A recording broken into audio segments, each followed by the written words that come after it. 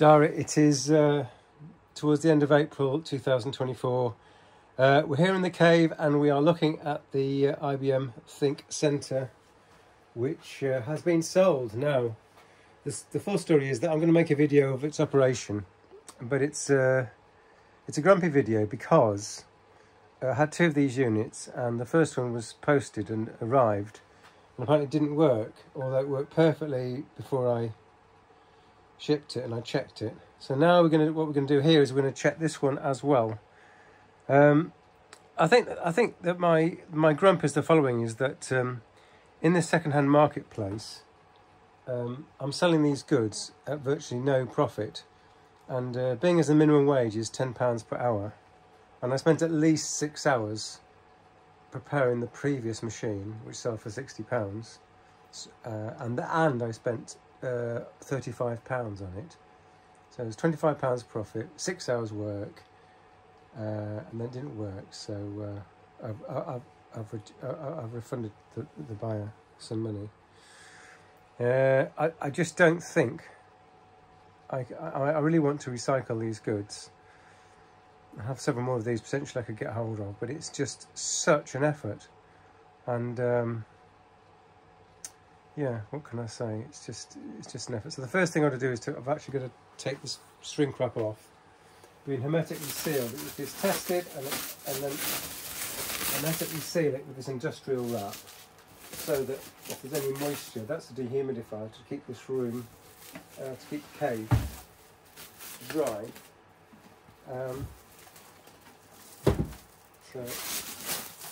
Again, all of these are expenses and costs. I'm sorry, I'm sounding so grumpy, but it all adds up really. So I'm selling for no profit, and stuff like the shrink wrap costs money, the packaging costs money. So yeah, I think the future for me, trying to give these a home is basically probably this will be the last unit I sell, as far as I'm concerned. I mean, I'm happy for people to come and pick them up, but I think posting them looks like it's slightly problematic, and obviously if people go to pick them up, I could actually demonstrate the machine is fully working if necessary, and then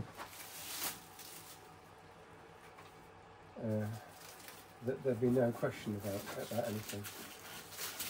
So yes, grumpity grump.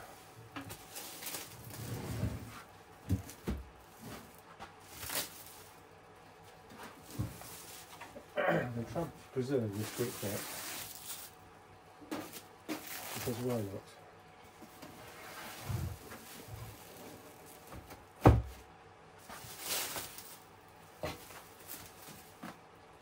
Okay, next inside the machine.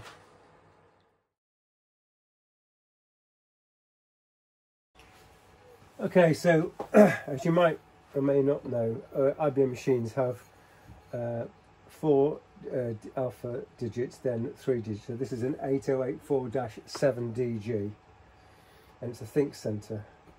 It's a beautifully serviceable PC from some while ago.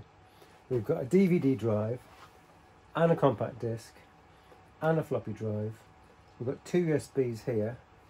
We've got an XP serial number on the side. Then around here we've got a smorgasbord of ports. We've got 2 USBs, an Ethernet, a serial, a parallel, a VGA, 2 more USBs and PS2 connectors, and a traditional power supply connector. Okay, so now we're going to go in the machine, having looked at the outsides. The cover's off the machine. By the way, this cover comes on and off very, very nicely. It just sticks on here, and then just slides back, and there's a button here. You press this button and just pull, and it comes off. It's really slick, and how have these things been forgotten in PC manufacturing? Now, I've got my assistant with me here. I'm hoping she's not going to cause a fuss. She's got a bad leg. I've had to not do the London Marathon with my wife today because of this bad leg, her bad leg. Right, so we're going to look inside the machine. So we've got 4 memory slots, of which 3 are taken. I believe it's got 2 gigabytes, so one must be 1 gigabyte, and there's 2 half gigabytes. Since it's a 32-bit system, there's not much more you can usefully do over 2 gigabytes. We've got a drive bay here, which is empty. I need to check the cell to make sure I'm not including anything that's supposed to be there. Got the CPU with a massive cooling fan. We've got the DVD drive, the CD drive, and on a nod to modernity, we've got a 256 gigabyte SSD drive here with a SATA interface. So I've done installations onto this drive because, of course, it's very fast. And yeah, that's there. And the previous one I sold was only 128 gigabytes. This is 256. Hence the, and I think, yeah, there's an IKEA button cell in there. Can you see that?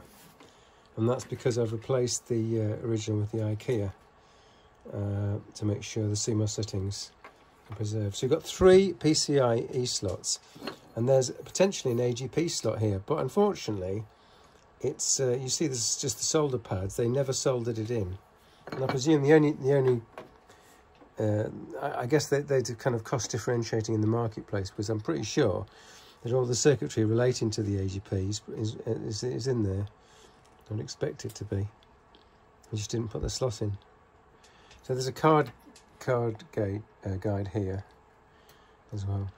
Okay, so that's inside. Next thing is we're going to boot it up and check that it's working before we ship it.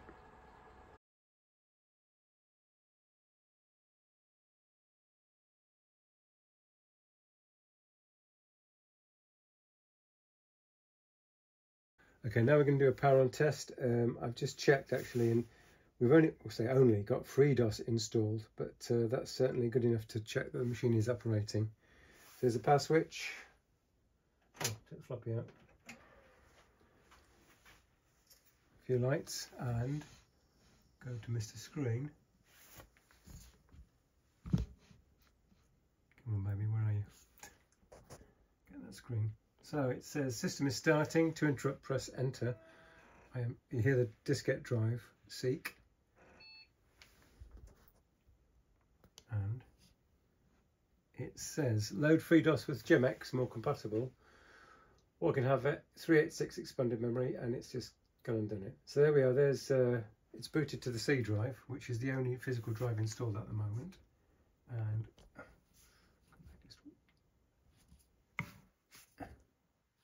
oh, it's so professional. You can see cat food on the right. Let's do DIR. So we've got those utilities. The path statement is here. You can see it's working.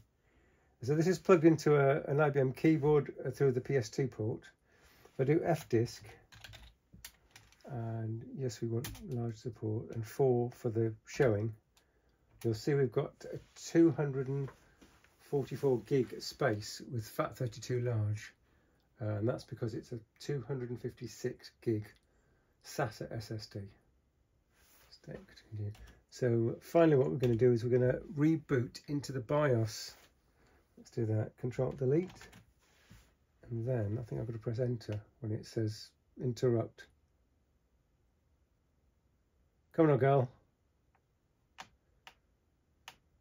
Pressed enter. It says interrupt startup with enter. I've done that. Delta's a floppy check.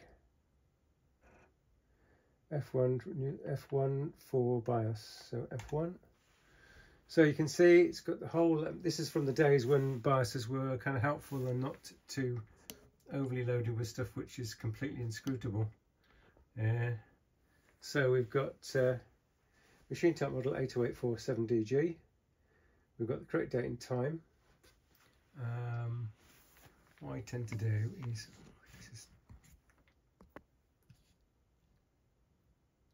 I'm trying to get it level, but it just doesn't want to do it. You buy an expensive tripod and then you just don't know how to use it. Right. Okay, maybe that's better. So we've got the system summary. I've got devices. PS2 mouse is enabled, diskette drive is enabled, The serial port is disabled, and the USB port is enabled.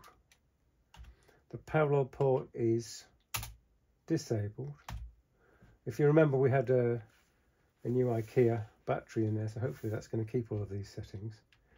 The video setup says it's an Intel 865G graphics chip with 8 megabytes shared memory. That can be changed, I'm sure. We can up that. Other options there to play with. And IDE drives, we are saying parallel ATA is on, serial ATA is enabled. So the DVD and the CD-ROM, I believe, are PATA or IDE. And the SSD is SATA. And startup, we've got all sorts of options. Numlocks on, diskette-less operation is disabled. We have a floppy drive. Power on Lego is enabled. Advanced, we've got a PCI plug and play operating system. Not really. Hyperthreading is on. As you can see, it's all working. So that's that for now. Save. Yep, why not?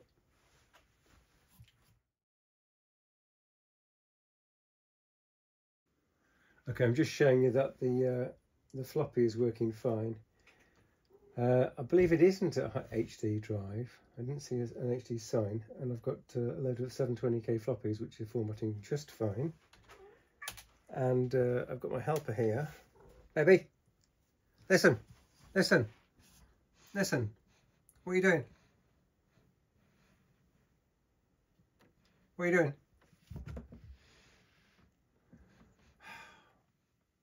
Listen. Honestly. Listen, you're gonna get fat. You're gonna get fat, like me. I've run a marathon today, but you didn't run anywhere. You were just looking.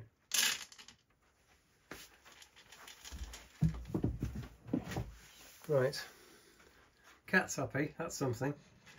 Right, back to the video. So we've got a Vim label. We're just going to call it label. Oh, I did that wrong, didn't I? Oh, for goodness sake. Well, let's just stop that. Let's do /quick. Cannot find existing format. Force 4 format. Okay.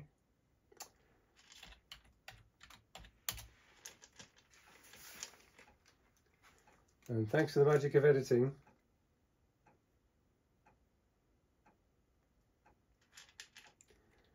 I should also say that another reason why these cells are not going to continue is that any profit that's made, I normally give to my local charity, and so when the profit comes down to basically zero, and I've spent hours preparing a system, I'm afraid it doesn't seem like a very efficient use of my time. Anyway, this last system, let's format the floppy.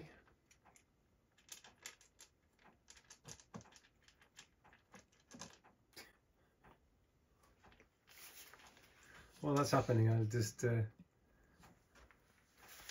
focus on something much more important. That's about your 10th dinner this evening, baby.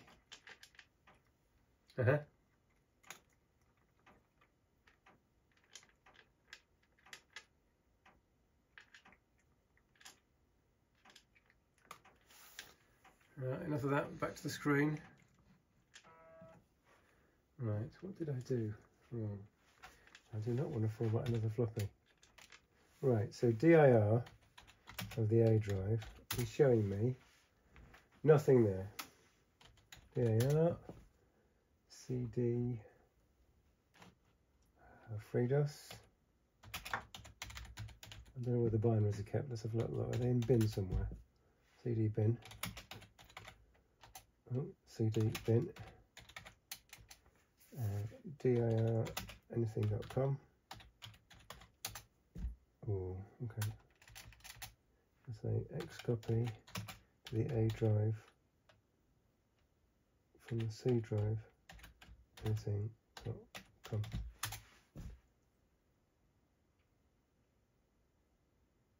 Now, I'm using a CPM format here, and I honestly I'm getting my operating systems confused.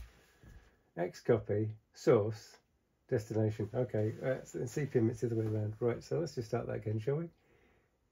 So we're going to say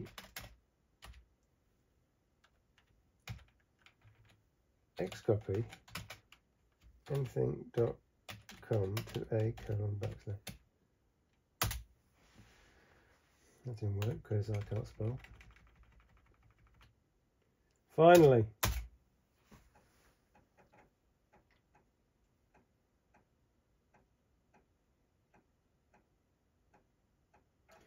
Okay, all I'm trying to do is prove that the floppy is working fine, and I think we can see that the floppy is working fine. So we've had a look at the hard drive, we're reading from the hard drive, we've had a look at the floppy. I'm not going to show the DVD and CD-ROM test, but they have been tested. What can I say? This, to me, is a perfectly working system of its time, and I look forward to shrink wrapping it and posting it, and we're going to use Royal Mail this time and hope for a better result. Thanks for watching, Darry.